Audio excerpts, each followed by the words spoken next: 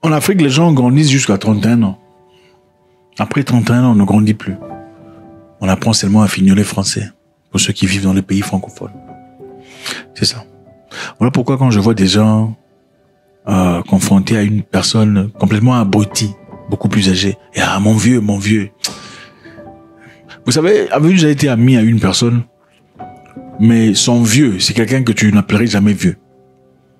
Parce que c'est quelqu'un de désordonné, c'est un impoli, un irrespectueux lui-même. C'est un monsieur qui se comporte de manière banale. Il a une bassesse effrénée. Mais la personne qui est censée être ton ami l'appelle vieux. Vieux. Et tu te sens presque dans l'obligation de lui accorder le même respect. Mais quelque part, moi je rejette ces genres d'histoire. Ça ne m'arrive pas souvent, mais je me souviens très clairement avoir rejeté à plusieurs reprises ces genres d'histoire. Ah, mon vieux, moi je l'appelle en son nom. Pendant que lui, mon vieux tel, mon vieux Patrick. Moi je dis bonjour monsieur Patrick, comment ça va? Ah, comment et vous, comment ça va? Voilà. Ou bonjour Patrick. Ce n'est pas aussi mal que ça. Si quelqu'un ne se respecte pas, on lui accorde pas le respect, on dit commande ou exige son âge. Le respect, c'est par rapport au comportement. Le respect, c'est la tenue personnelle. Ça n'a absolument rien à voir avec l'âge. Parce que même les aboutis vieillissent. Ibrahim Traoré, un homme très intéressant. Un jeune homme très intéressant. Mais qui fait une différence incroyable. Dans son discours récemment, a parlé de beaucoup de choses. Suivez. Bonjour à tous. J'avoue que c'est un réel plaisir donc d'être là ce matin pour avoir ces moments d'échange avec vous, partager la chaleur humaine donc de nos frères, sœurs, papa et maman donc de la région du plateau central. Mais je souhaiterais qu'on puisse rendre un hommage vibrant à ceux-là qui se battent au front, qui nous permettent nous de nous retrouver ici, d'échanger et de voir les perspectives pour notre patrie. Et je voudrais qu'on observe une minute de silence pour la mémoire de ceux qui ont laissé leur vie dans cette bataille.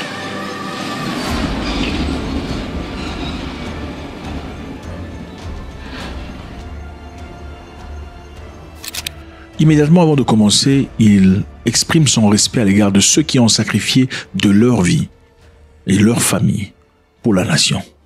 C'est profond. C'est un signe de grandeur.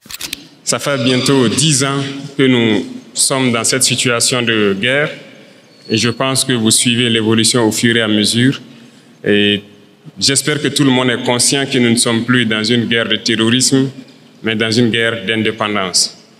Et il faut que chacun comprenne que c'est une logique pour les impérialistes de nous imposer cette guerre. Normalement, chaque leader, chaque dirigeant devrait se battre pour son pays. C'est une logique. Ils se battent pour leurs intérêts et nous devons nous battre aussi pour nos intérêts. Si nous arrivons à nous développer, à prospérer, ce qui veut dire que là-bas, ils ne pourront pas se développer. Ils vont devoir régresser. Si nous arrivons à transformer demain nos matières premières, ça veut dire que là-bas, des usines vont fermer. Est-ce que vous comprenez la logique? Donc c'est normal qu'ils se battent pour mélanger notre société, pour nous maintenir dans cette guerre constante et qu'on ne puisse jamais réfléchir un jour se développer. Et là, ils continueront à se développer eux et nous serons toujours là à exporter vers eux nos matières premières et notre jeunesse en train de souffrir dans la misère, chercher à traverser l'océan pour aller mendier là-bas.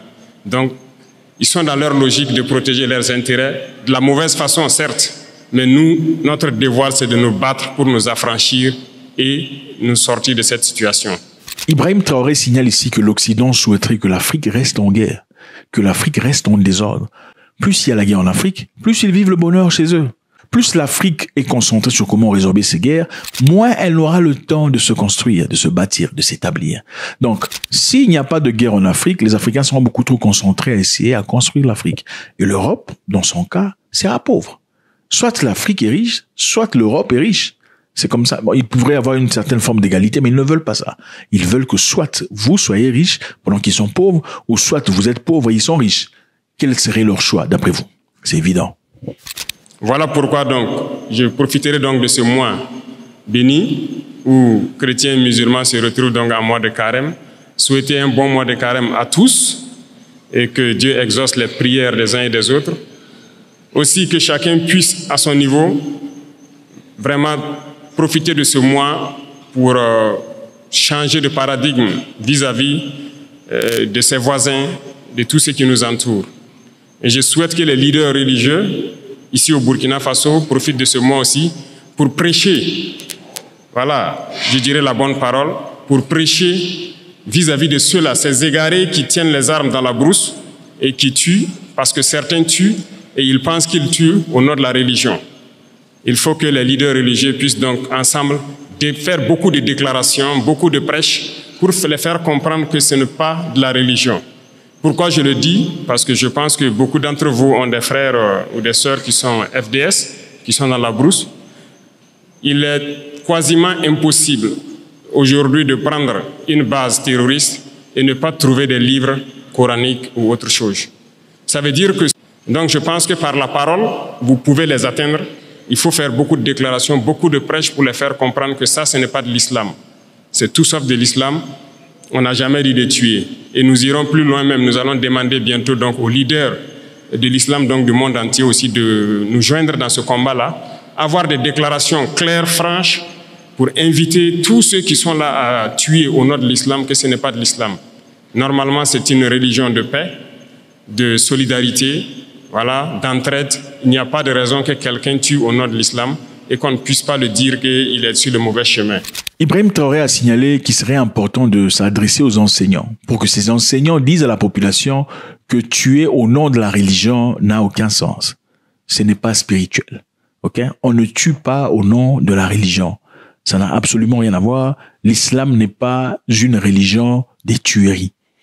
Voilà ce que M. Traoré, au lieu de condamner ces personnes qui sont certainement dans l'ignorance, il préfère évidemment les instruire. Vaut mieux instruire une personne ignorante que condamner et crucifier cette personne pour son ignorance.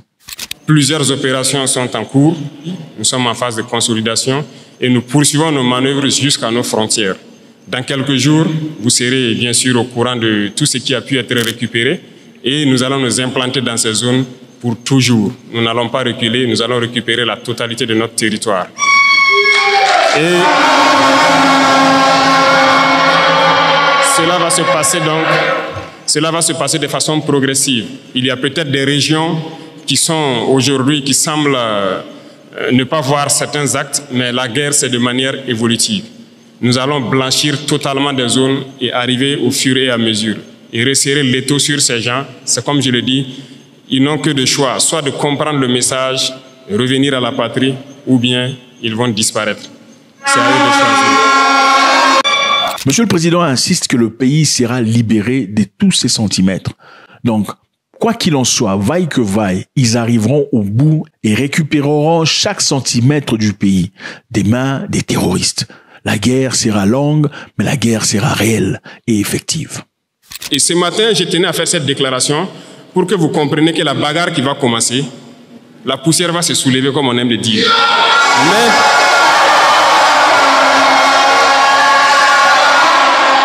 il faut que vous-même vous fassiez attention, parce que ce sont les mêmes qui vont passer derrière pour intoxiquer, pour créer des mensonges et amener les gens à se détourner de l'essentiel.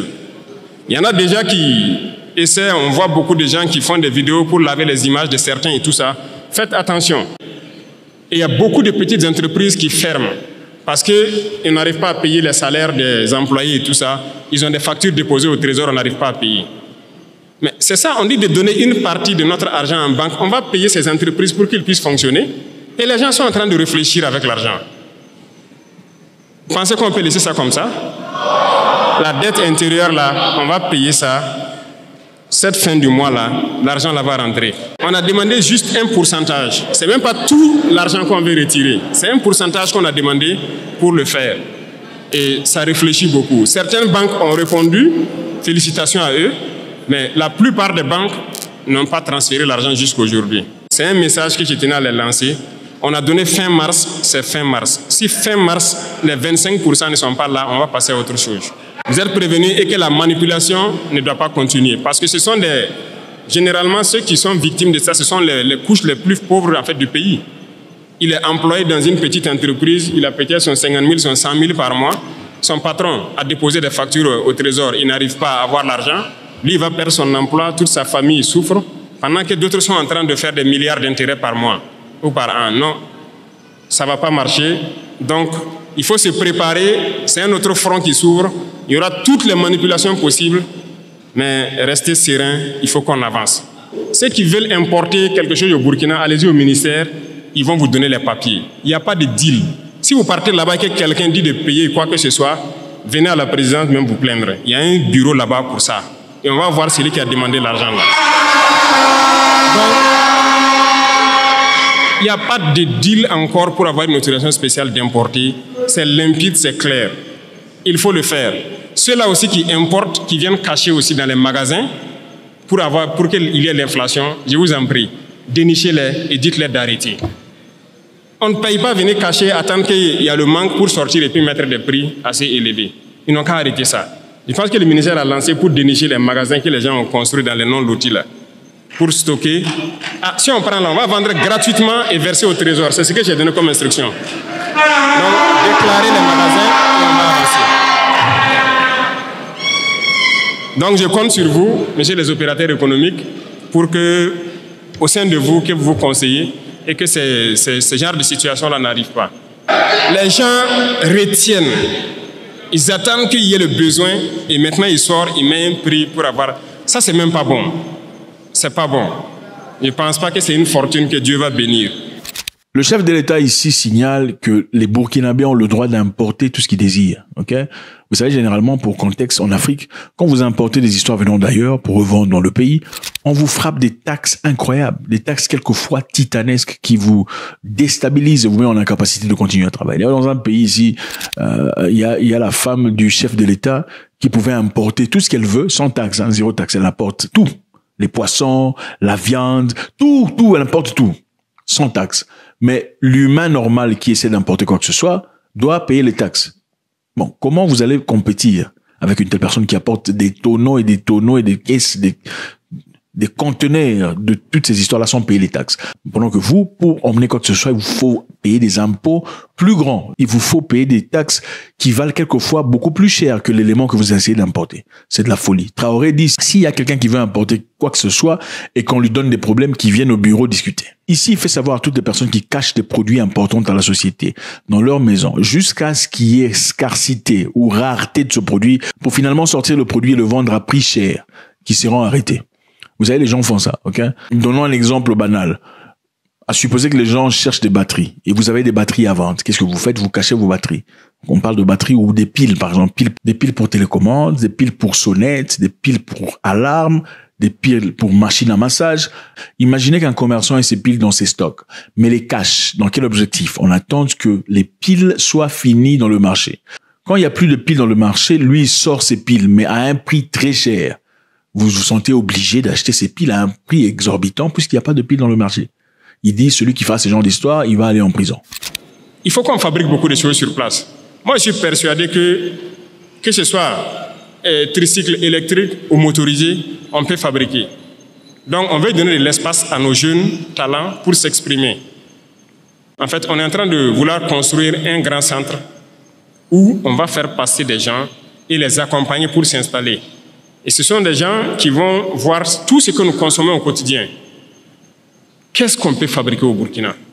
Et je sais qu'il y en a des talents un peu partout au Burkina. L'application sera lancée dans peu de temps pour que les jeunes talents s'inscrivent.